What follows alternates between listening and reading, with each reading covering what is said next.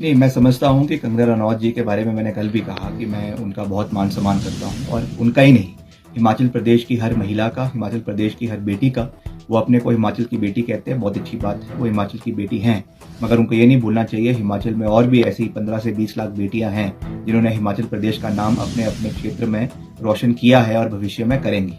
आज तक मैंने उनसे पूछा कि मनाली में उन्होंने, जहाँ पे कल वो जिस मंच के ऊपर बात कर रही थी, उन्होंने राजनीतिक भाषण तो दिया, उन्होंने अपशब्द का इस्तेमाल तो किया, मगर क्या उन्होंने आपदा के समय में 1 रुपए का योगदान मनाली के लोगों को दिया? वो कहती है मेरा घर मनाली में है, मगर क्या मनाली के लोग के साथ वो कंधे से कंधा मिलाकर खड़ी रही? वो कहती हैं कि मैं उस समय राजनीति में नहीं थी, मैं उस समय कोई चुनी हुई पद के ऊपर नहीं थी। मैं उनको ये कहना चाहूंगा कि समाज सेवा के लिए, अपने लोगों के साथ खड़ा होने के लिए कोई पद की आवश्यकता नहीं होती है। अगर आपके मन में सेवा भाव था तो आप आपदा के समय में यहाँ पर आती, लोगों का समर्थन करती, और सरकार को भी जो आपने नामात्र समर्थन किया उसमें भी आपने किस तरीके से बहानेबाजी करी, किस तरीके से आपने कहा कि कभी कहा सर्वर डाउन है, कभी कहा ट्रांसफर नहीं हो रहा है।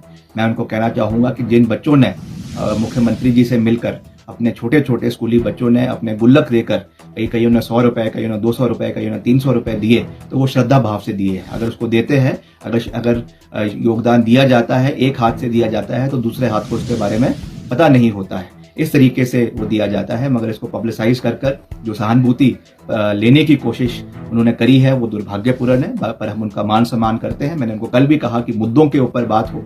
आज वो ओपीएस के बारे में कह रही थी कि पेंशन हमने नहीं दी, शायद उन्होंने अपना होमवर्क ढंग से नहीं किया मैदान में उतरने से पहले, या वैसे तो वो ट्यूटर होकर आती हैं, उनके जो साथ मीडिया की टीम चल रही है उनको अच्छी तरीके से प्रदेश के मुद्दों के बारे में जानकारी देनी चाहिए। हिमाचल पहला राज्य है जहाँ पे पूरे तरीके से ओपीएस को लागू किया गया, पहली कैबिनेट मीटिंग में किया गया। अगर वो इतनी ही हितैषी प्रदेश के कर्मचारियों की है तो मैं उनसे निवेदन करूंगा कि जो 9,000 करोड़ रुपए हिमाचल प्रदेश के कर्मचारियों के केंद्र सरकार के पास फंसे हुए हैं उसको रिलीज करवाने के लिए मोदी जी से बात करें, ताकि वो पैसा हिमाचल के कर्मचारियों को मिले, और हिमाचल के कर्मचारियों को जो हमने ओपीएस के लाभ दिया है उसका पूरा लाभ हमारे साथियों को प्रदेश के अंदर मिले। इस सोच के साथ हमें आगे बढ़ना है। बाकी मैं यही विश्वास दिलाना चाहता हूं कि हिमाचल में ये चुनाव मुद्दों के ऊपर लड़े जाएंगे, ग्लैमराइज तरीके से चुनाव नहीं लड़े जाते हैं। बड़ी बड़ी बातें करने से लोगों के दिल नहीं जीते जाते, उसके लिए काम करना पड़ता है। उन्होंने पिछले कल जो है वो हमारे पूर्वजों की बात करी है, हमें उनसे कोई सर्टिफिकेट लेने की आवश्यकता नहीं है। वीरभद्र सिंह जी हिमाचल प्रदेश के 6 बार मुख्यमंत्री रहे। अगर उन्हें राजा कहा जाता है तो इसलिए नहीं कि वो किसी रियासत के राजा थे, इसलिए कहा जाता है कि 6 बार वो हिमाचल प्रदेश के इलेक्टेड चीफ मिनिस्टर बने हैं। और आज तक इतने लंबे समय तक प्रदेश में कोई मुख्यमंत्री नहीं रहा, केंद्रीय मंत्री रहे, 3 बार मंडी के सांसद रहे। इसलिए इस तरीके की बेतुकी बातें करना, मैं समझता हूं कि उससे लोगों का दिल नहीं जीता जाएगा। ये एक लोकतांत्रिक प्रणाली है।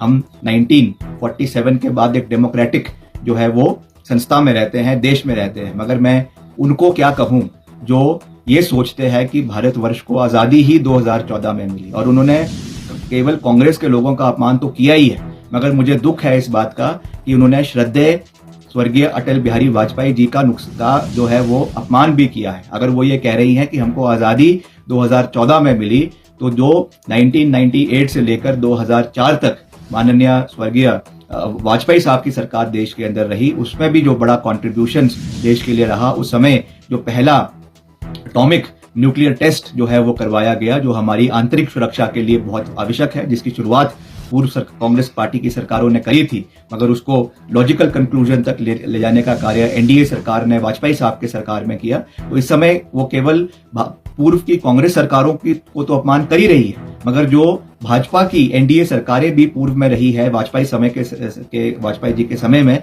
उनका भी वो अपमान कर रही है। मैं समझता हूं कि ये एक बहुत चिंता का विषय है, और आरएसएस को, विश्व हिंदू परिषद को और भाजपा के वरिष्ठ नेताओं को इसके ऊपर चिंतन और मंथन करने की आवश्यकता है।